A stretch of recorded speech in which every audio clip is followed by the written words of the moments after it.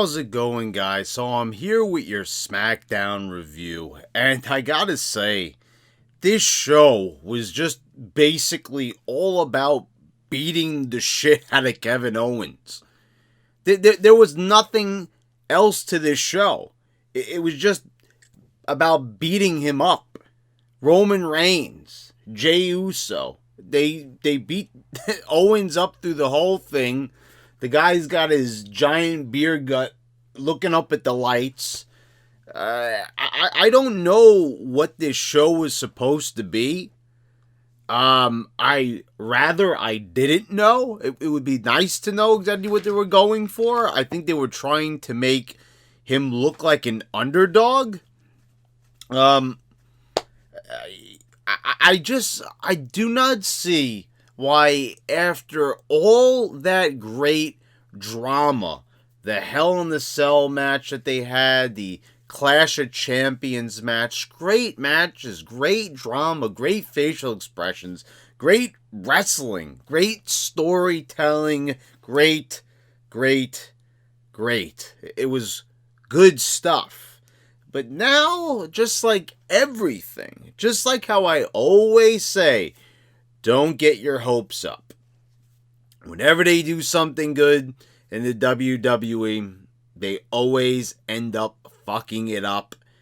And when they fuck it up, they don't just like sort of fuck it up where it's like, okay, you know, like maybe certain things during the Ruthless Aggression era were, okay, maybe they didn't go as successfully as we wanted them to.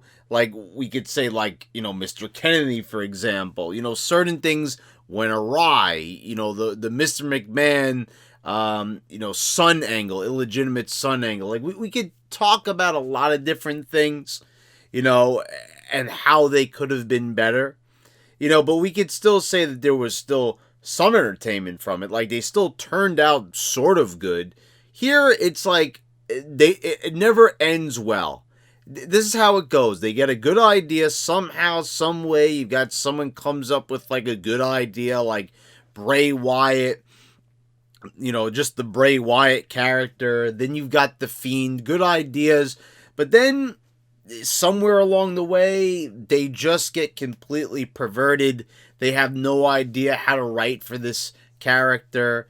And, you know, just a lot of things are obviously just purposely being sabotaged, because there's no way, as Vince Russo said on this podcast, how can it really be this bad all the time? How did a company that back in the 80s, you know, forget about Vince Russo, forget about Crash TV, forget about, you know, Brian Jurwitz and all these people, you know, forget about all those classic storylines, you know, that involve raunchy stuff and all that, you know, think about just, you know, more simplified stuff. I think about the Hogan, the rock and wrestling era in the 80s, the big boom period. That was, you know, at times bigger than the Attitude Era.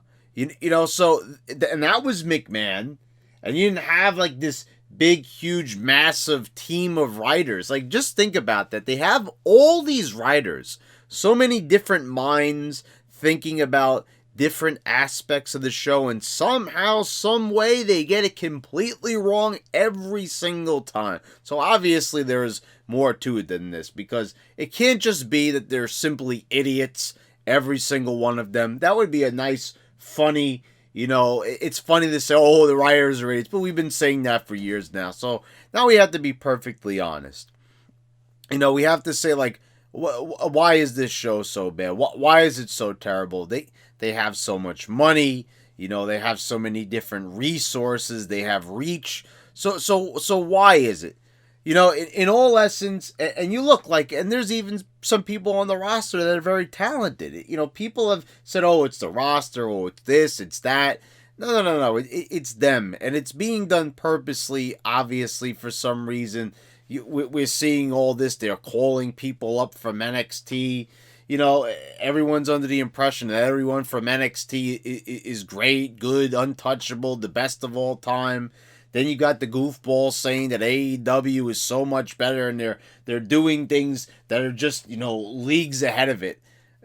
we could just simply ignore those people because they're living in an alternate reality. And I think most of the people who subscribe to this channel already know that that's like a complete lie. Before I get into the actual show, I have to talk about this because I didn't really feel like doing a separate video on it. I just figured I'd throw it in here with the Smackdown review. Do you believe that these total goofballs on the dirt sheets actually tried selling this idea that somehow, some way, Dynamite beat Raw in the ratings? And they tried to do this crazy logic where somehow, even though Raw did a record low, and that's quite alarming to say the least, but AEW still did a lower number. But somehow you had people like Brian Alvarez and other people saying that somehow Dynamite, even though it had a lower number, somehow beat them because they keep talking about this demographics thing. No, they won in a demographic. They didn't win overall. And that doesn't mean shit at the end of the day. I mean, honestly, how does winning one part of something make you the winner of all of it? You know what I mean? Like, it's like saying like someone made a great play in like a football or basketball game. They did that. This one player scored the most points like than he did in the previous game. And then we're talking about the overall score. And at the end of the day, that team lost. It doesn't really matter. It's an interesting statistic. You could talk about it. Yeah, definitely. Talk about it. Analyze it. Do what you got to do. But don't lie and say that they won, because that simply is not the case. They didn't win. They technically lost. So I wanted to just talk about that here because I don't think this review is going to take too long, because it really was just Owens getting beat up for most of the show. So we start off. Owens does a really generic promo to open the show. There's just like, I can't even really just tell you so much what he said. Babbling on about, Reigns, because they had bad audio in the back. You could barely hear what Owens was saying about his family last week. But, Owens heard it. Well, I guess he was standing right next to him. But it would have been nice if we could have heard it more clearly. I don't understand why this is such a problem. You would think in an empty arena that it would be easier to hear people. But somehow it's more difficult. This is just the most insane thing I've ever seen. Once again, defying logic. Why is it this bad? There's no way that this company that could afford all the pyro and the spectacle, they've got $1 billion deal with Fox, and you're telling me that they have shit audio? I've heard better audio from YouTubers, and I get it. We're doing something more elaborate with people in a big open setting. But this is backstage, so it's really enclosed. So there's really no good excuse for that. Anyway, Reigns doesn't come out. But then he's going to come right back out in the next segment, which is just totally confusing to me. So, he came out, Owens, to cut the promo. He waits till he walks to the back. And then Reigns comes out. I get it, this is on his own time. Anyway, Jey Uso is with him. Kevin Owens comes out. They beat him up and leave him laying. This was just a little disjointed for me. I don't get this. When Reigns doesn't come out, he's watching on a monitor with Paul Heyman. I really just feel like they're dragging this out.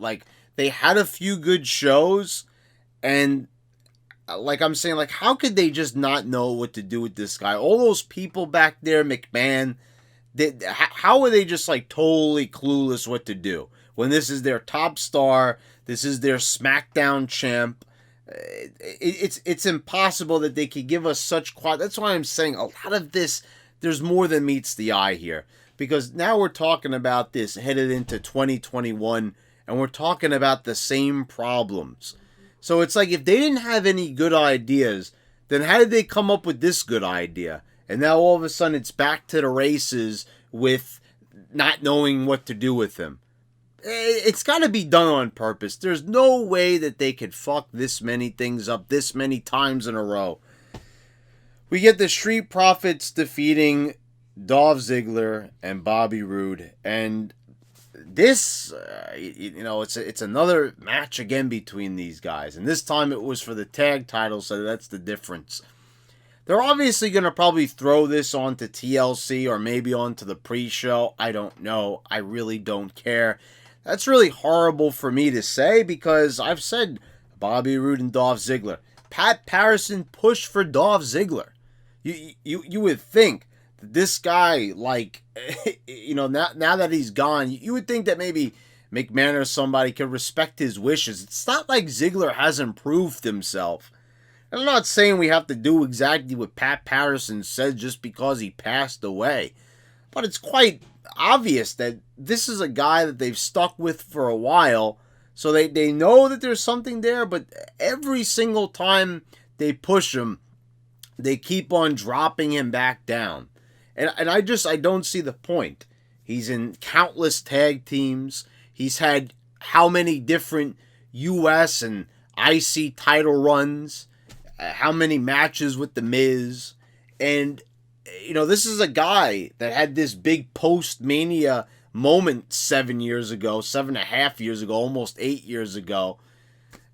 Came out to massive, I get it, that was the post-Mania crowd.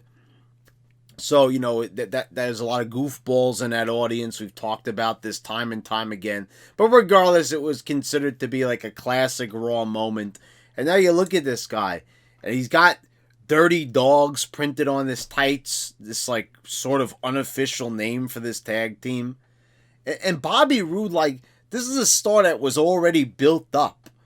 All he would have to do basically is make him how he was in TNA. Was that so hard? Give him a microphone, let him talk, let him be arrogant, let him play his character that he knows how to play. This wouldn't really be so difficult. But they're making it difficult because they keep trying to handicap him, putting him in these teams, and these two guys, they're charismatic. You have Ziggler going out there and saying it's neither here nor there last week, which was a complete embarrassment. These guys are spinning their wheels. They're not going anywhere fast. And we end with another goofballish roll up, to finish off the match. And then Ziggler and Roode are yelling at Charles Robinson, the referee. And then, like, out of nowhere, the referee just starts screaming at them. Like he's just saying, I'm going to suspend you, like, out of nowhere. And I'm like, the referee just all of a sudden seemed tougher than both of these guys. Not only did they lose, but they get chewed out by the referee, and they're backing away from this referee that they're towering over. And I'm like, that was random. Are they going to have, like, a feud now with the referee? Like, I don't get that. Like, what is going on here? So, like, just weird stuff right off the bat with, weird going, Reigns not coming out right away, only for Owens to come back out. Like, so much time wasted doing so much boring shit. Like who is interested in all this? What's happening on this show? Oh, did the Street Profits go over? Are they over now? They got a great win there, guys. Oh, wow. Great win. Pointless matches. There's nothing going on here. At least we didn't have 1,000 solo cups just flying out of nowhere for no particular reason. But now you just have a regular match with nothing going on. You know what I'm saying? Like, what is the point here? These two guys are just wrestling each other in a tag match. There's nothing here. There's no story. There's no reason to see this. It's not a particularly good match. It's not an interesting match. There's nothing of interest here. Like, seriously. We've got two guys wasting their time. The Street Profits are just two goofballs. You know what I'm saying? Montez Ford is just like, I get it. he's energetic, but he's annoying as hell. I mean, you know what I'm saying? I don't mean to be a curmudgeon, but just honestly, this is just, you sit here and it's not good. It's not entertaining. There's nothing here. There really isn't. So we got the Riot Squad defeating Billie Kay and Tomina. And I gotta say this, like, I really do like Billie Kay. I really do. I didn't like the Iconics at first. You know, I thought they were trying too hard. But Billie Kay, to me, is the strongest of that team. I like her on her own. You know, and there's a lot of dedication to character. And I even talked about that with the Iconics. Even with Peyton Royce. But a little bit more with Billie Kay. Actually, a lot more with Billie Kay.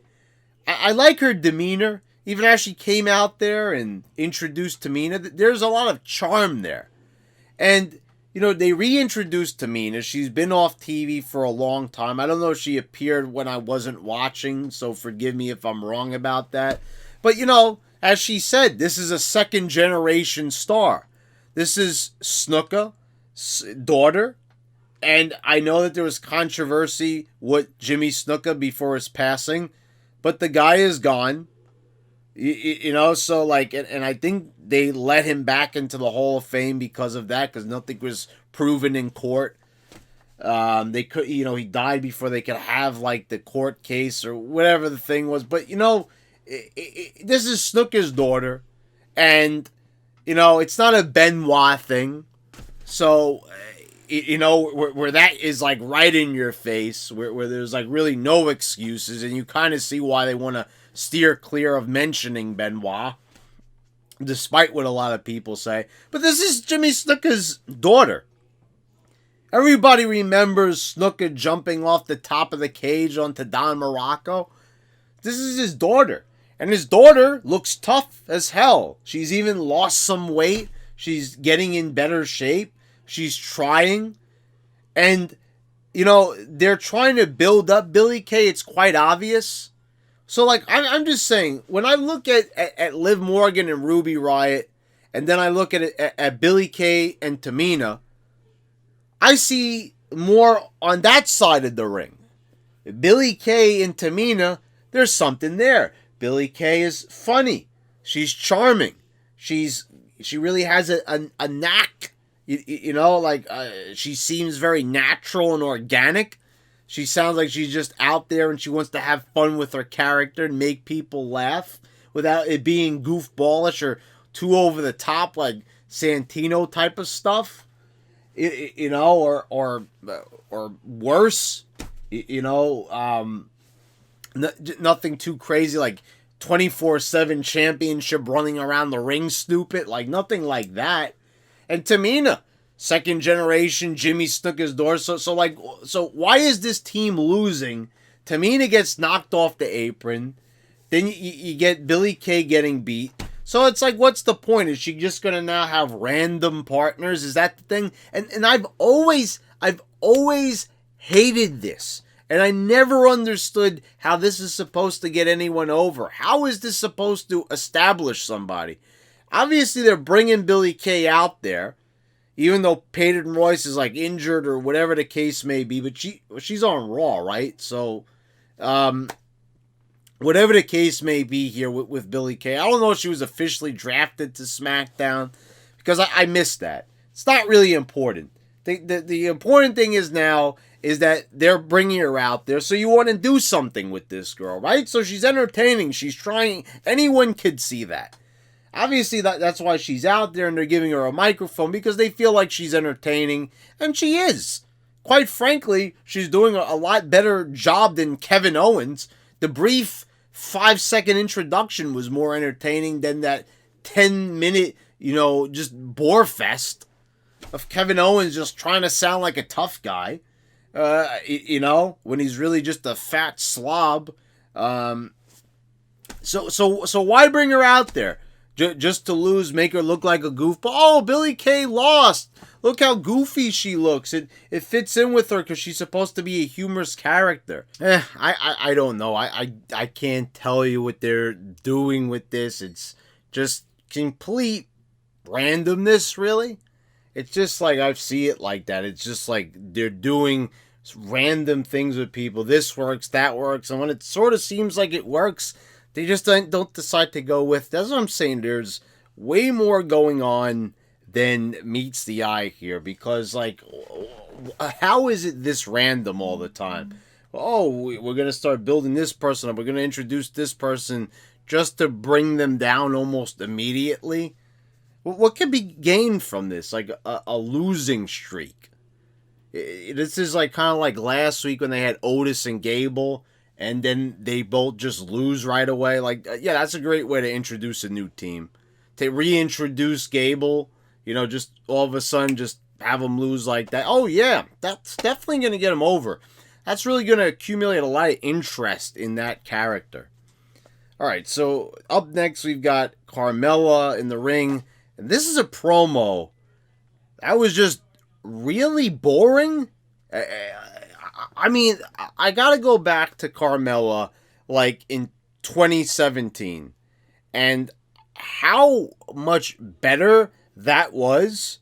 Like when she won Money in the Bank.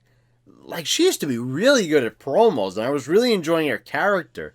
But now it just seems way more generic.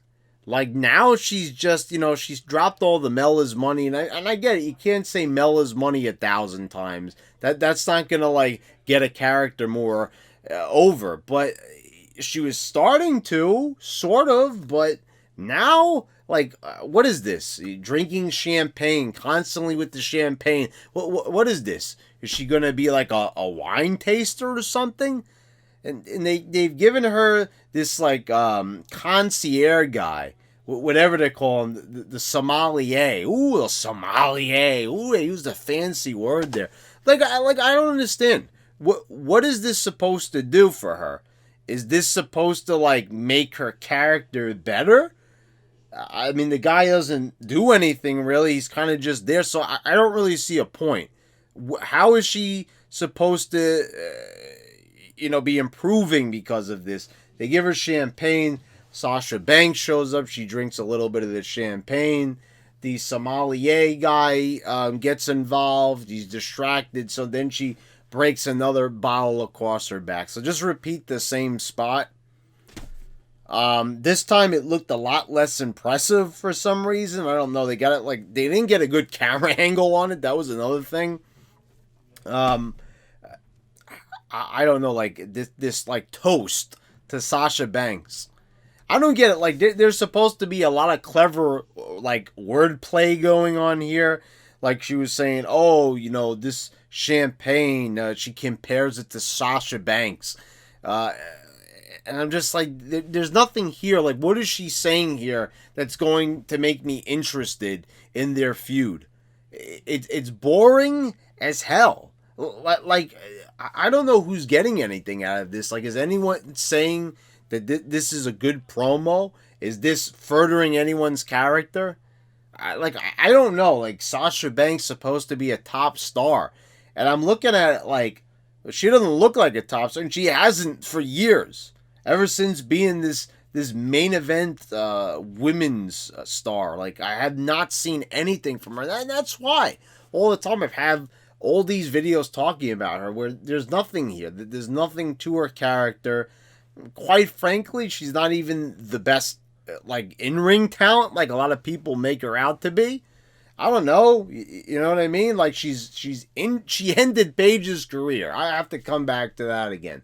So it's like they're trying so many little different things with these girls, and like Carmella, like she's like a totally different person now. Completely removed from the character she was 3 years ago. And it's not even like a different gimmick or anything. That's what I'm saying. It's like she's just cocky, but like more refined. Like I kind of noticed that. Like they're even changing the way how she talks. And that's another thing. Like with all these like the way how they're like phrasing these sentences in which they speak, it doesn't sound natural. It sounds really scripted. Like, in order to say all this, you would have really had to have it memorized. And even in movies, where people are obviously memorizing lines, it always ends up coming out more natural. This just sounds so scripted. All these different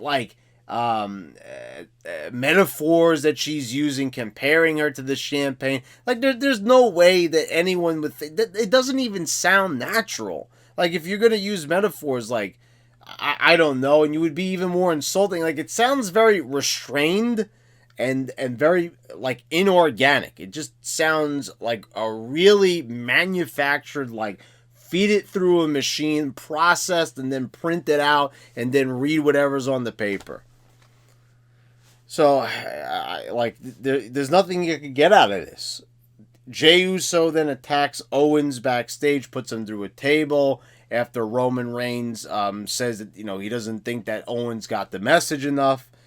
So, we're going to beat up Owens again. So they do that. Then we have a match. Otis comes out with Shorty G, or he's back to he's back to being Chad Gable again.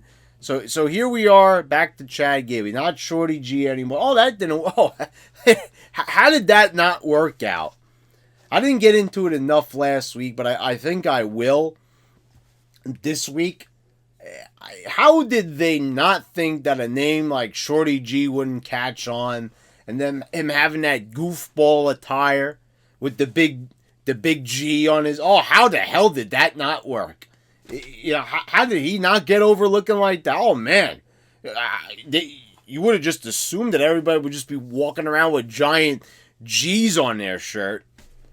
Like, yeah, oh man, buy that from WWE. Oh yeah, I gotta get me a Shorty G shirt. Anyway, Nakamurphy and Cesaro, like this team, they're just like, is there any point to this team? Is there any point to them being together? Is there any chemistry? Is there any reason for them to be together? Like they were there because of Sami Zayn. And this is another thing. Like Cesaro. Like after all this, like the Bar, they were tag champions. They were like mainstays. Like always had a match on every single show. Always had a segment.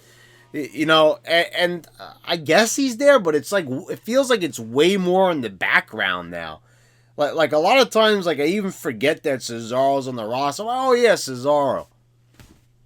And I don't know. People keep talking about how great Cesaro is and how wonderful Cesaro is, and yeah, he is. He's talented in everything, but like, I don't think that he's as good as everyone says that he is, and I don't think I've ever got into this. I mean, I think I've put Cesaro over in certain reviews, yeah, because. I mean, the guy is talented. He's very strong. I mean, he's picked up Big Show and body slammed him out of the ring. But, I mean, the truth be told, there isn't a lot of charisma coming from this guy. There never was in Ring of Honor. And this guy, he's been in this business for a long time. And people like basically saying, like, they would want Cesaro to be like a main eventer. And I just don't see it. Like, no, he's a good mid-carder, but he's one of those guys that you just don't see him being bigger than what he is. Kind of like a Cody Rhodes, right? Yeah, like, okay, well, he's better than Cody Rhodes. Like, if I had a choice between Cody Rhodes and Cesaro, I'd jump at the chance of Cesaro. Not only because Cesaro's less annoying, less of an SJW, less egotistical. I don't know the guy personally, but he comes off that way anyways. That's what I'm saying. If I could choose, to eliminate one person from the wrestling world or keep one person, it would be Cesaro. I'm just saying, like, because I said, like, Cody's not a bad wrestler, but he's another guy that's extremely overrated. Yeah, so, I'm just saying. But anyway, Otis here, taking advice from I almost said Shorty G, Chad Gable. He stopped doing the centipede move, and he almost lost, and at least he didn't lose the match, because then he ends up doing a Vader bomb and he gets the win. I don't know what happened. Like, how the hell is it that... See, this is another thing what I'm saying. Like, okay, so Triple H, like, he makes the calls, right, to get the people to come up onto the main roster. I mean, Vince has to approve. But, Otis and Tucker are up there, and it's like a year already, a year and a half, and they decide this last summer to give Otis the Money in the Bank. And okay, this guy, he's talented. He's got a good personality. He's funny. He has an interesting way about him. So, okay, so yeah, let's build new stars. Let's go. I mean, you really haven't really set the table enough, but you never do anyway. So yeah, let's go, right? And they take it off of him right away. I don't know how you go from okay, so they've only really done this one other time where they gave the Money in the Bank briefcase to someone else. And that was Mr. Kennedy when they gave it to Edge. Because he had heat with the roids, remember that? So then what they had to do is take it off of him. So that only happened one other time, right? So here they said that, they don't think he's ready. They said he might be one of these guys they got to send down to the performance. I don't know. That's the thing on the dirt sheets. But obviously something is going on because they decided to strip him of the Money in the Bank, give it to Miz, give it to one of the guys that's been there for a while, a more experienced star. So okay, but how do you go from giving that person such a high honor in your company to saying the guy's not ready for that spot, and then you stick him with Chad Gable? I don't care how much you say the guy is not ready. You're gonna stick him with Chad Gable, and don't get me wrong, Chad Gable is talented, but this is not a guy that's the second coming of Kurt Angle. When people say that, it makes me cringe to no end. So anyway, he ends up winning. So is this what they're gonna do? Shorty G's just gonna give him bad advice? Can I ask a question? I understand that Otis is not supposed to be the sharpest tool in the shed, but I think he'd be smart enough to know not to listen to a jobber like Shorty. I mean, this is the guy that they booked him to lose constantly. So why would someone who's Money in the Bank take advice from this guy? Or was Money in the Bank? He lost that one match. So why would he all of a sudden turn to the guy who's the biggest loser on the roster? It makes no sense to me. Sami Zayn has the Sammy Awards. This went on way too long. The guy, he's giving himself awards. He awards his match with AJ and Jeff, which I didn't see, the match of the year. How was that match, by the way? AJ and Jeff in a ladder match sounds interesting. Sami Zayn, I don't know how I feel about that, but I don't know. I might check that one out on the network. Sounds, like something that would be enjoyable. But before I waste my time, what did you guys think of it? Because they're not a lot of my subs are not smarky guys. Oh wow, 5-star match. No, so I trust your guys' opinion. You tell me. But this is not funny. It really isn't. I like Zayn's personality, but this is just random skits. It's more of this random stuff where it's not even funny. They're just doing it to give Sami Zayn something to do. And I get it, it's creative. Oh, Sammy, Slammy Award. Oh, clever. I get it. They throw the logo up there and everything, but it's not funny. It's not really entertaining. There's nothing good about it. I'm saying, honestly, are we really sitting here laughing at this? Did anyone really particularly find this humorous? Okay, if you like Sami Zayn's personality, as do I to a certain extent, okay. But, I'm just saying, they could have done more with it. That's the thing a lot of times. Okay, so you got a concept here. It's sort of a pun. Not really, but, okay, Sammy Awards. Go a little bit further with it, right? Could he maybe rope some other people into this? You know what I mean? I don't know. Just him out there at the podium. It's boring. It's drab and it's not good. So Big E comes out when he's about to announce Superstar of the Year, and he somehow switched the envelopes and he says Big E. So he comes out. Sammy's trying to get control of the podium again. Big E keeps nudging him away. He pushes Big E. Big E then hits him in the gut and throws him down the ramp. And then the segment just kind of awkwardly ends. And, like, I don't get it. Like, isn't the heel supposed to keep getting heel heat on the face? Isn't that, like, how he did it for years? Once again, I guess they're having a pay-per-view match at TLC for the Intercontinental title, I guess. So, he's just, like, bullied Sami Zayn and he got away with it. And Zayn just, like, laying on the ramp. I don't know.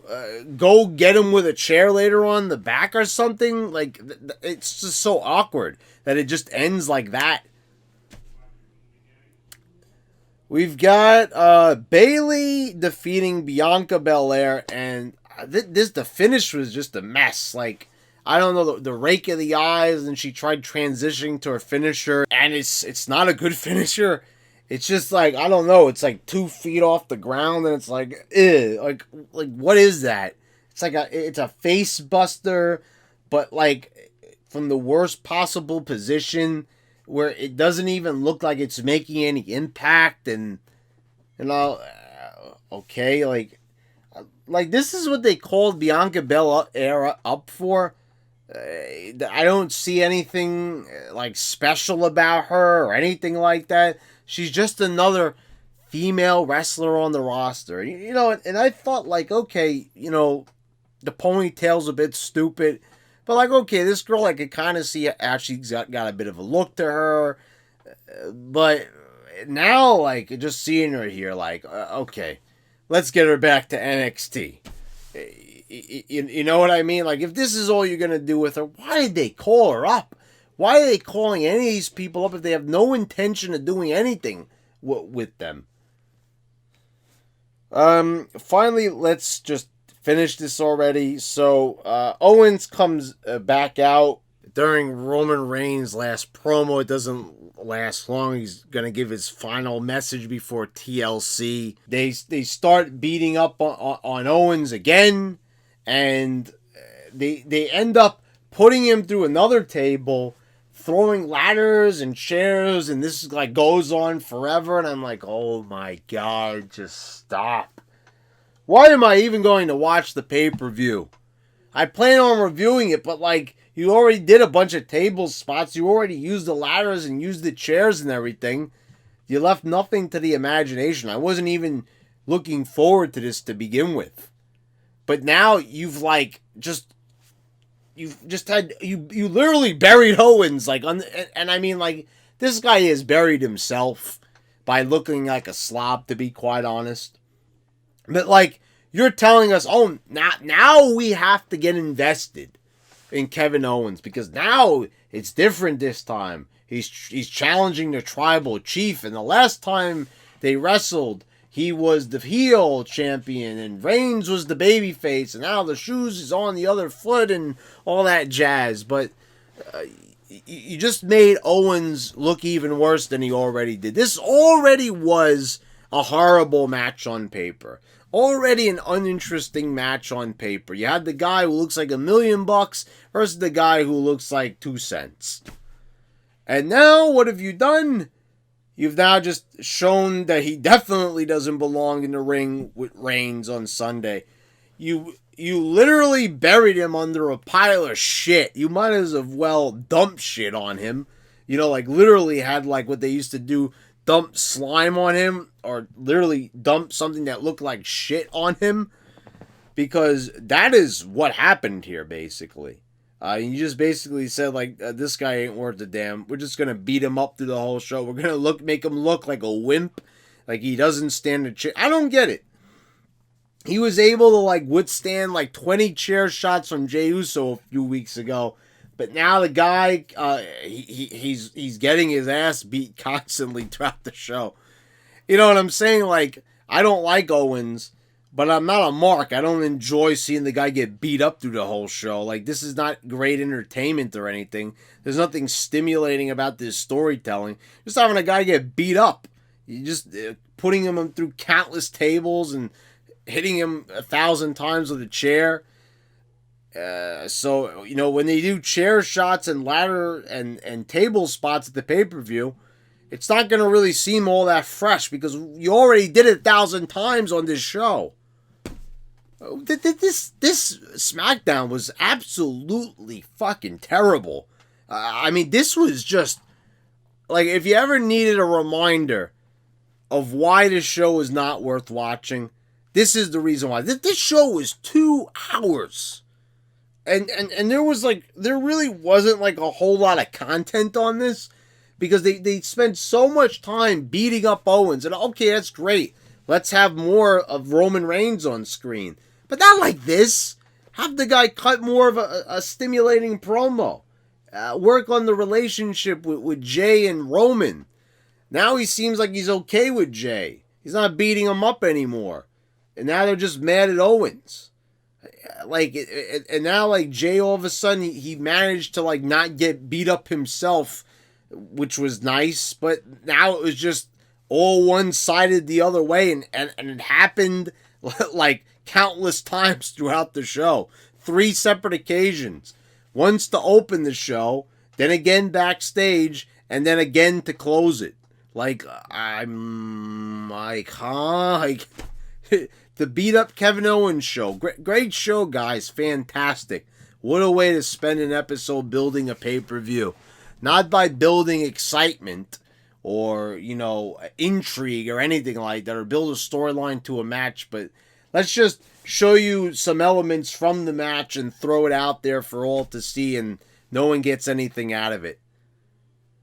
I mean, we have an interesting character here with Roman Reigns. You don't want to explore it. You don't want to do anything with it. You just rather do this. Alright, guys, so that's all I've got to say about this episode. It was terrible in every way, shape, or form. I've got really nothing positive to say about it at all, really. Like, you know, certain people have promise. Like I said, like Billy Kay, and, you know, like, of course, there's people that have potential who always have, you know, like Bobby Roode, for example, but they're not doing anything with them. So it's pointless, really, to sit out here week after week watching a show where obvious people who deserve better are not doing better. And you know, like, okay, I get it. That kind of sounds like something one of these smarks would say on the dirt sheets or on their YouTube videos here, where, you know, oh, we got to make it more like AEW, guys. No, we're not talking about that. I'm just saying, like, there's some people here that, like, really don't deserve these spots, like the Street Profits, and we're wasting our time with, like Chad Gable, like, training Otis. Like, if there's anyone who needs to, like, work on themselves, it would be Chad Gable, like, working on his character and personality. Not Otis, who has a personality and a character. Anyway, guys, thank you all for watching. Please subscribe if you haven't already. Click the bell so you get all the notifications when I post on my new videos. And I want to thank all my patrons for your continued support. And guys, I will see you next time.